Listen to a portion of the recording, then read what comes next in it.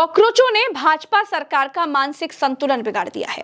Cockroach जनता party के 22 million युवा सदस्य एक मंच पर आकर सरकार की गलतियां गिनाने लगे, पेपर लीक पर शिक्षा मंत्री का इस्तीफा मांगने लगे तो भारत के संसदीय कार्य मंत्री और मोदी जी के यस मैन किरण रिजिजू ने देश के युवाओं को ही पाकिस्तानी घोषित कर दिया।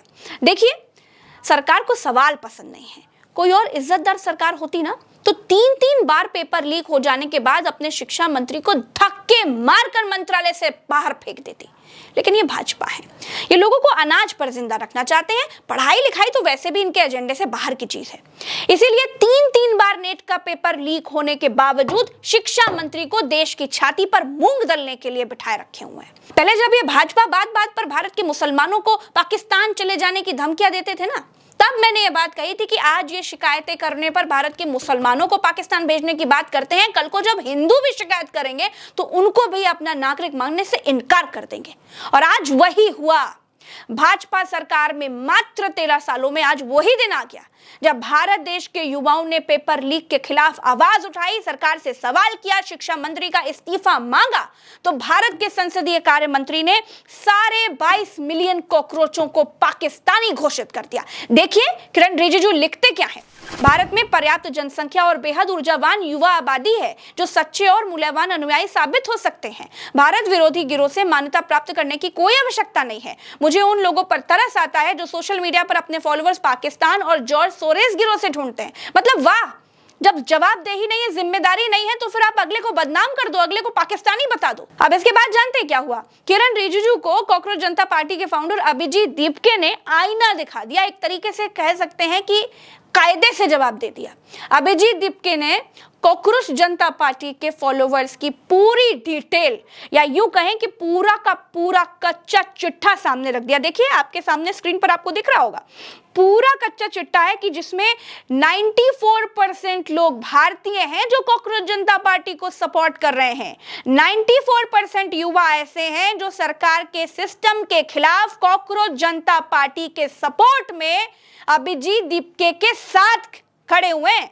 देखिए, इंडिया से 94.7% लोग सपोर्ट कर रहे हैं, यूनाइटेड स्टेट्स से 1.0%, यूनाइटेड किंगडम से 0.7%, कनाडा से 0.6%, यूनाइटेड अरब एमिरेट से 0.6%, यानी कि 94% लोग तो भारत के हैं जो सीजेपी के साथ दे रहे हैं, सीजेपी के समर्थन में खड़े हुए हैं। इसके बाद ये लिखते हैं, अभिजीत दीपके ने लिखा है कि 94% audience is Indian. So why is Union Minister Kiran Rijiju labeling Indian youth as a Pakistani और सोरोस गैंग?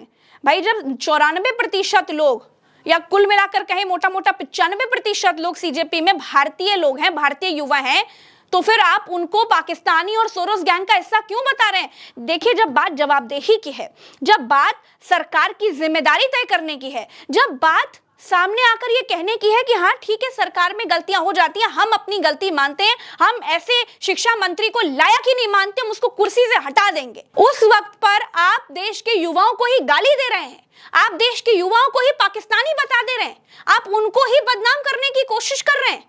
ये भाजपा की बहुत पुरानी आदत है। लेकिन ये बात तय है कि आज देश का युवा, आज देश के नागरिक इस तरीके से भाजपा की गैर जिम्मेदाराना हरकत और किसी को भी पाकिस्तानी बता देने वाली आदतों को स्वीकार नहीं करे और कर भी नहीं रहा है। अब इसके बाद बताऊं आपको दोस्तों क्या हुआ।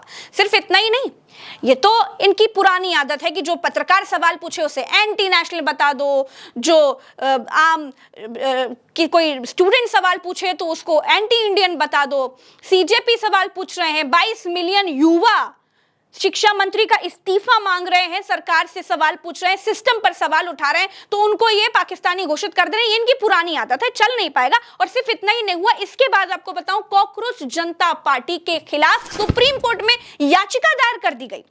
जी हां, कॉकरोच जनता पार्टी के खिलाफ सुप्रीम कोर्ट में याचिका दायर कर दी गई और यह कहा गया कि सीजेपी यानी कॉकरोच जनता पार्टी जुडिशरी को बदनाम करने की कोशिश कर रही है। अब जानते हैं इसके बाद क्या हुआ। ये जो याचिका दायर की, ये याचिकाकर्ता एक वकील एनके गोस्वामी है, उन्होंने कहा कि सीजेपी जुडिशरी की इमेज खराब कर रही है। इसके बाद जानते हैं क्या हुआ। इसके बाद सीजीआई और जस्टिस जयमाला बागची और जस्टिस विपुल पंचोली की बेंच ने कह दिया कि इसे इतनी भावुकता से मत लें, कोर्टरूम में क्या हुआ वो भी आपको बताते हैं। याचिका एडवोकेट राजा चौधरी ने दायर की थी। उसने आंदोलन से जुड़े फर्जी अधिवक्ताओं और फर्जी कानून की डिग्रियों की जांच की भी मांग की थी। इसके अलावा उन्होंने सुप्रीम कोर्ट में हाल की कार्यवाही के दौरान दिए गए मौखिक अदालती बयानों के कॉमर्शलाइजेशन के किए जाने के खिलाफ भी कार्रवाई की मांग की थी। इस पर सीजेआई ने ये कहा, कड़े रुख में कहा कि अभी ऐसी कोई गंभीर आपात स्थिति नहीं आई है, देखते हैं आगे क्या होता है। इसके बाद दोस्तों जानते क्या हुआ? इसके बाद ये हुआ कि महाराष्ट्र में दीपिका के माता पिता रहते हैं, जो पहले दिन से कह रहे हैं कि हमें अपने बेटे की बहुत चिंता है। और दीपिका भी ये बात पहले कह चुके हैं कि मुझे डेथ थ्रेट्स आ रहे हैं, यानी मुझे जान से मारने की धमकियां दी जा रही है, मुझे डराने की कोशिश की जा रही है कि मैंने जो मूवमेंट चलाया या फिर मैंने जो सटारिकल एक सोशल मीडिया प्लेटफॉर्म तैयार किया है जहां पर देश के युवा आकर के अपनी भड़ास निकाल पाए, सिस्टम से सवाल कर पाए, उस प्लेटफॉर्म को बंद कराने की कोशिश की जा रही है और मुझे डराने की कोशिश की जा रही है। अब खबर ये निकल करके आ रही है कि महाराष्ट्र में दीपिका के घर के बाहर पुलिस तैनात हो गई है। उनके घर के चारों तरफ पुलिस लगा दी गई है। संभाजीनगर से सीजेपी फाउंडर अभिजीत दीपिका का जो घर है वहां 24 घंटे के लिए पुलिस की तैनाती कर दी गई है। अब पुलिस का ये कहना है कि वो सीजेपी का मुद्दा इतना ट्रेंड कर रहा है, उनके घर के बाहर भीड़ ना लगने लग जाए, इसी को देखते हुए कदम उठाया गया है। लेकिन दोस्तों इसके बाद अब जानते हैं कि हो क्या रहा है हमारे देश में।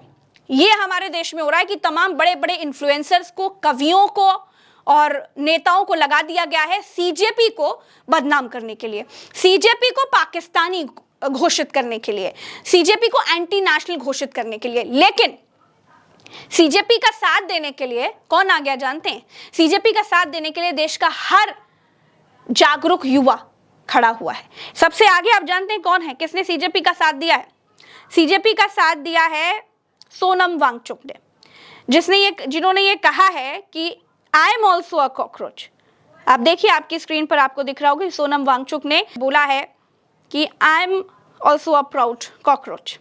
तो इस तरीके से लोग सीजेपी का साथ दे रहे हैं क्योंकि सीजेपी कोई पॉलिटिकल पार्टी नहीं है, कोई पॉलिटिकल एजेंडा नहीं है। वो बस युवाओं का फ्रस्ट्रेशन, सिस्टम के हाल और सरकार से सवाल कर रही है। जो हो रहा है उसे दिखा रहे हैं क्योंकि ये करने की हिम्मत कोई नहीं कर पा रहा है, जो विपक्ष नहीं कर पा रहा, जो बाकी लोग नहीं कर पा रहे, जिसकी किसी की करने की हिम्मत नहीं हो रही, वो काम सीजेपी कर रहा है और बड़ी खूबसूरती से वो ये काम कर रहा है, बड़ी खूबसूरती से। भाई अगर शिक्षा मंत्री का इस्तीफा सीजेपी मांग रहा है और सीजेपी में तमाम युवा, 6 लाख से ज्यादा युवा एक पिटीशन साइन कर रहे हैं कि शिक्षा मंत्री का इस्तीफा होना चाहिए, तो उस वक्त पर सरकार को सामने आकर यह कहने के बजाय कि हम देश के युवाओं के साथ हैं, हम उनकी भावनाओं की कदर करते हैं, ये कहने के बजाय आप ये कह रहे हैं कि जो ये प्लेटफॉर्म है युवाओं का, ये पाकिस्तानियों का प्लेटफॉर्म है। वाह भाई वाह। और जानते हैं कि ये सब क्यों हो रहा है? क्योंकि सरकार तो आपकी सुनने वाली नहीं, सरकार को आपकी भावनाओं से कोई लेना देना नहीं है। जब चुनाव होते हैं तब आप उनके लिए आम नागरिक हैं, जब चुनाव खत्म हो जाते हैं तो कीड़े मकोड़ों से ज्यादा कुछ नहीं होते। आपके सामने दैनिक भास्कर की यह खबर है, इसको देखिए क्या लिखा है। कर्नाटका में नीट छात्रा ने की आत्महत्या। 12 दिनों में दोस्तों 5 स्टूडेंट्स ने अपनी जान दे दी है। क्यों? इसलिए क्योंकि बड़ी मेहनत से पढ़ाई लिखाई करी और उसके बाद पढ़ाई लिखाई करने के बाद जब पेपर देने जाते हैं तो इस तरीके से पेपर लीक हो जाता है। उसके परिवार वाले कह रहे हैं कि लड़की को कोई तकलीफ नहीं थी, 90 से ऊपर अंक लेकर के आई थी इंटर में और उसके बाद डॉक्टर बनना चाहती थी, नीट की तैयारी कर रही थी, पेपर दे के आई थी। अब सोचिए देश में क्या हो रहा है। देश में सिर्फ और सिर्फ हाँका जा रहा है लोगों को, सिर्फ और सिर्फ आपको राष्ट्रवादी का चूरन चटा करके आपको सिर्फ चुप रहने को कहा जा रहा है और आप ऐसे ही चुप रह रहे हैं। महंगाई की मार पूरा देश झेल रहा है, सबको पता है पेट्रोल हर दिन, डीजल हर दिन महंगा होता जा रहा है, लेकिन क्या सरकार को इससे कोई लेना देना है? नहीं है। राहुल गांधी ने क्या कुछ कहा है आपकी स्क्रीन पर है। मोदी प्रधान की जोड़ी ने एक और संस्था को धांधली का प्रतीक बना दिया है। दशकों में पहली बार सीबीएसई बोर्ड परीक्षा पर इतने गंभीर सवाल उठे हैं।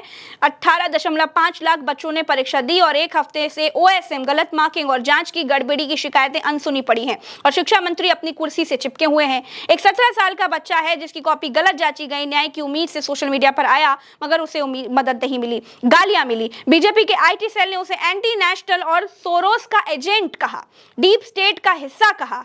एक 17 साल का बच्चा अपने भविष्य के लिए आवाज उठाता है और ये बीजेपी उसे देशद्रोही बना देते हैं। सच ये है, मोदी सरकार युवाओं और जेन ज़ी से डरती है, क्योंकि वो अब सवाल पूछ रहे हैं और जो सवाल पूछें उससे ये सरकार बदनाम करती है, डराती है और कुचलना चाहती है। पर सुन लीजिए मोदी जी, यही युवा, यही जेन ज़ी आपका अहंकार तोड़ेगा। ये बात राहुल गांधी ने कही है। अब जानते हैं सीबीएसई के रिवैल्यूएशन को लेकर के भी बड़ी गड़बड़ी सामने आई, जिसको लेकर राहुल गांधी ने ट्वीट किया। कहानी मैंने आपको बता दी कि क्या हुआ। एक बेहद गंभीर स्थिति देश में है। शिक्षा व्यवस्था चरमरा चुकी है, पूरी तरीके से चरमरा चुकी है, लेकिन देश की सरकारें, उनको देश के युवाओं के भविष्य की कोई चिंता नहीं है। उनके लिए देश का युवा सिर्फ झंडा उठाने वाला होना चाहिए। मेरे साथ फिलहाल इस वीडियो में इतना ही। इस पर आपकी क्या राय है कमेंट में बताइएगा। चैनल को सब्सक्राइब कीजिएगा और कॉकरोच जनता पार्टी का सपोर्ट अगर आप भी करते हैं तो कमेंट में बताइएगा। चलते हैं, नमस्कार।